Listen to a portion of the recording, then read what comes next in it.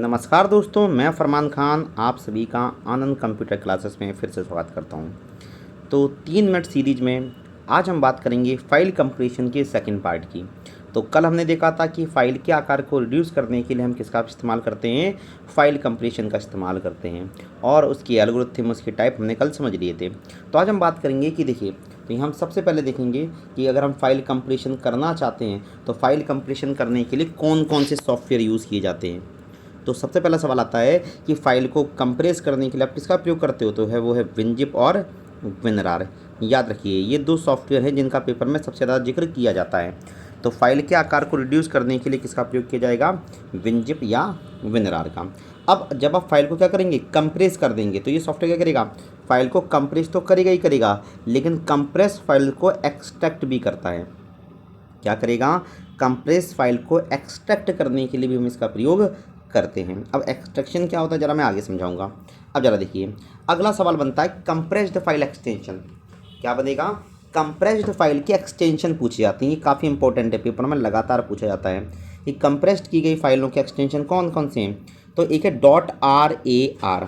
तो RAR का मतलब होता है रोशल आर्काइव, वहीं TAR का मतलब होता है टैप आर्काइव, TAR।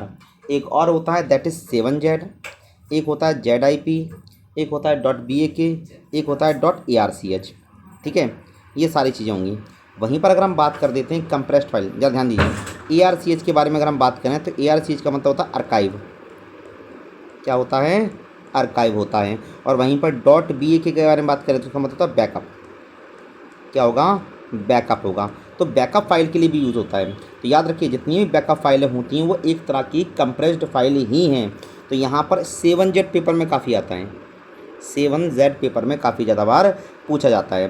तो आपको याद रखना है कि फ़ाइल को कंप्रेस अगर हम कर रहे हैं तो कंप्रेस करने के लिए किसका प्रयोग करेंगे, विनजिप और विनरार का प्रयोग करेंगे। अब बात आती है एक्सट्रैक्शन क्या है।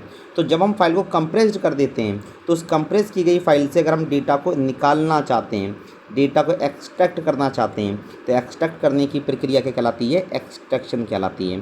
तो कंप्रेशन एंड एक्सट्रैक्शन याद रखिएगा। तो किसी भी कंप्रेस्ड फाइल में से डेटा को पुनः प्राप्त करना है तो इसे क्या कहा जाएगा, एक्सट्रैक्शन कहा जाएगा।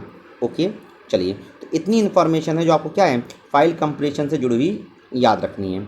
अगर आपको मेरा समझाने का तरीका पसंद आए तो वीडियो को लाइक कीजिए, चैनल को सब्सक्राइब कीजिए और इसे अपने दोस्तों के साथ शेयर जरूर कीजिए। अगर आपको कोई और टॉपिक में दिक्कत है तो वो आप कमेंट करके पूछ सकते हैं, और अगर आपको कोई सुझाव देना है तो वो सुझाव भी दे सकते हैं। मिलते हैं हम नेक्स्ट वीडियो में, तब तक के लिए नमस्कार।